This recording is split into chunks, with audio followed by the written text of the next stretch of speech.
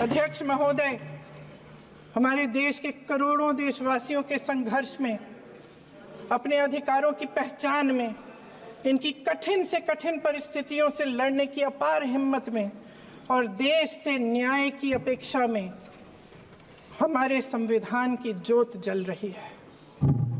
मैंने हमारे संविधान की ज्योत को जलते हुए देखा है और इसके साथ साथ ये भी समझा है कि हमारा संविधान एक सुरक्षा कवच है, एक ऐसा सुरक्षा कवच है जो देशवासियों को सुरक्षित रखता है, न्याय का कवच है, एकता का कवच है और अभिव्यक्ति की आज़ादी का कवच है। दुख की बात यह है कि मेरे सत्ता पक्ष के साथी जो बहुत बड़ी बड़ी बातें करते हैं, इन्होंने इन 10 सालों में ये सुरक्षा कवच, सत्ता पक्ष के मेरे साथियों ने ये सुरक्षा कवच तोड़ने का पूरा प्रयास किया है। संविधान में सामाजिक, आर्थिक और राजनीतिक न्याय का वादा है।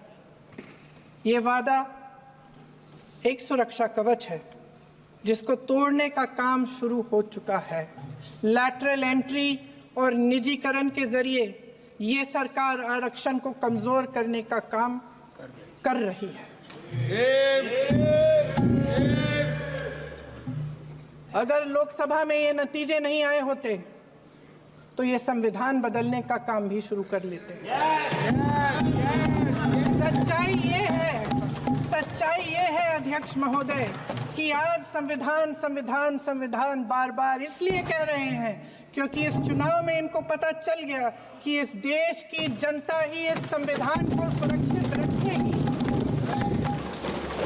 कि इस चुनाव में हारते हारते जीतने से इन्हें एहसास हुआ कि ये संविधान बदलने की बात इस देश में नहीं चलेगी। आज जनता की मांग है कि जाति जनगणना हो। सत्ता पक्ष के मेरे साथी ने इसका जिक्र किया। ये जिक्र भी आज इसलिए हो रहा है क्योंकि चुनाव में ये नतीजे आए। ये जाति जनगणना इसलिए जरूरी है ताकि हमें पता चले कि किसकी क्या स्थिति है और नीतियां उस हिसाब से बने। इनकी गंभीरता का प्रमाण ये है कि जब चुनाव में पूरे विपक्ष ने जोरदार आवाज उठाई कि ये जाति जनगणना होनी चाहिए, तो इनका जवाब देखिए। इनका जवाब भैंस भाग भैंस चुरा लेंगे, मंगलसूत्र चुरा लेंगे, इनका ये जवाब था। ये गंभीरता है इनकी जाति जनगणना पर। महोदय, हमारे संविधान ने आर्थिक न्याय की नींव डाली, किसानों, गरीबों और को जमीन बांटी, भूमि सुधार किया, जिसका नाम लेने से कभी कभी आप झिझकते हैं और कभी कभी उनका नाम धड़ाधड़ इस्तेमाल किया जाता है अपने आप को बचाने के लिए। उन्होंने HAL, BHEL, SAIL, GAIL, ONGC, NTPC, railways, IIT, IIM, oil refineries, तमाम PSU बनाए। अध्यक्ष महोदय, उनका नाम पुस्तकों से मिटाया जा सकता है, उनका नाम भाषणों से मिटाया जा सकता है, लेकिन जो उनकी भूमिका रही इस देश की आज़ादी के लिए और इस देश के निर्माण के लिए, वो इस देश में से कभी मिटाया नहीं जा सकता। 75 सालों में जनता का भरोसा रहा कि नीतियां बनेंगी तो जनता की भलाई के लिए बनेंगी। जल जंगल जमीन का अधिकार मिला आदिवासी भाई बहनों को। इंदिरा जी ने बैंकों का राष्ट्रीयकरण करवाया, खदानों का राष्ट्रीयकरण कराया।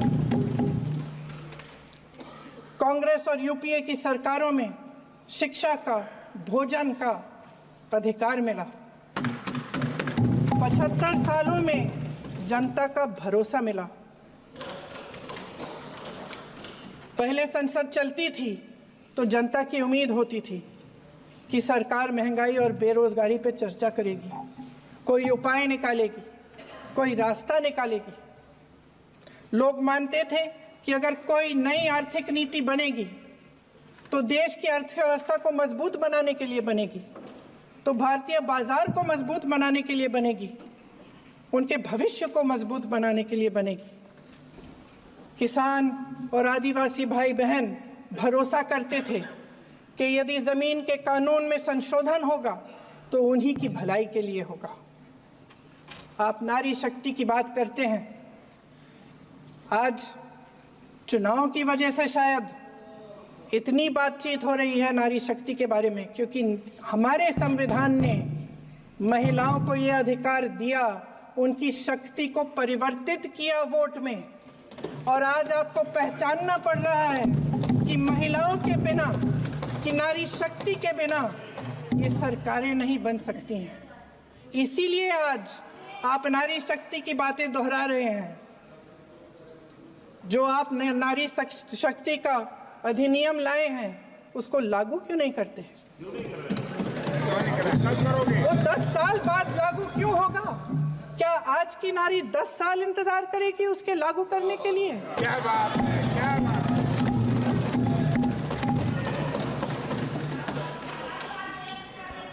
आज संसद में बैठे हुए सत्ता पक्ष के मेरे साथी ज्यादा से ज्यादा अतीत की बातें करते हैं।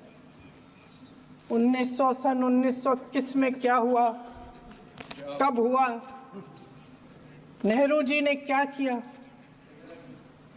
अरे वर्तमान की बात करिए, देश को बताइए आप क्या कर रहे हैं, आपकी जिम्मेदारी क्या है? कि सारी जिम्मेदारी जवाहरलाल नेहरू की है। अध्यक्ष महोदय जी, ये सरकार आर्थिक न्याय का सुरक्षा कवच तोड़ रही है। आज संसद में बैठी ये सरकार बेरोजगारी और महंगाई से जूझ रही हमारी जनता को क्या राहत दे रही है। कृषि के कानून भी बड़े बड़े उद्योगपतियों के लिए बन रहे हैं। सही एमएसपी को छोड़िए, डीएपी तक नहीं मिल रहा है।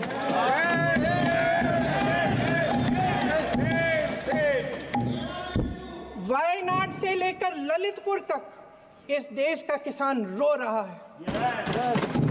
आपदा आती है तो उसको कोई राहत नहीं मिलती। भगवान भरोसे है आज इस देश का किसान, उसको छोड़ दिया गया है। आज हिमाचल में देखिए, जितने भी कानून बने हैं वो सब बड़े बड़े उद्योगपतियों के लिए बन रहे हैं। हिमाचल में जो सेब उगता था उसके जो छोटे छोटे किसान हैं वह रो रहे हैं, क्योंकि एक व्यक्ति के लिए सब कुछ बदला जा रहा है। सुनने की हिम्मत रखो।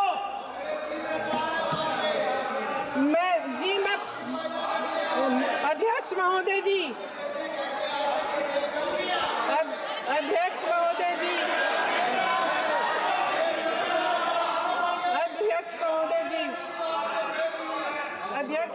जी, अडानी जी को सारे कोल्ड स्टोरेज प्रदेश की सरकार ने नहीं दिए।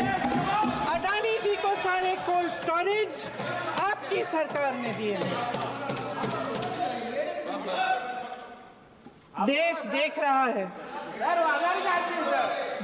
देख रहा है कि एक व्यक्ति को बचाने के लिए 142 करोड़ देश की जनता को नकारा जा रहा है।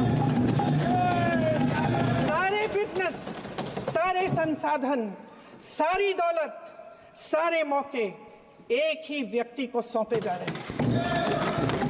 सारे बंदरगाह, एयरपोर्ट्स, सड़कें, रेलवे का काम, कारखाने, खदानें, सरकारी कंपनियां सिर्फ एक व्यक्ति को दी जा रही है।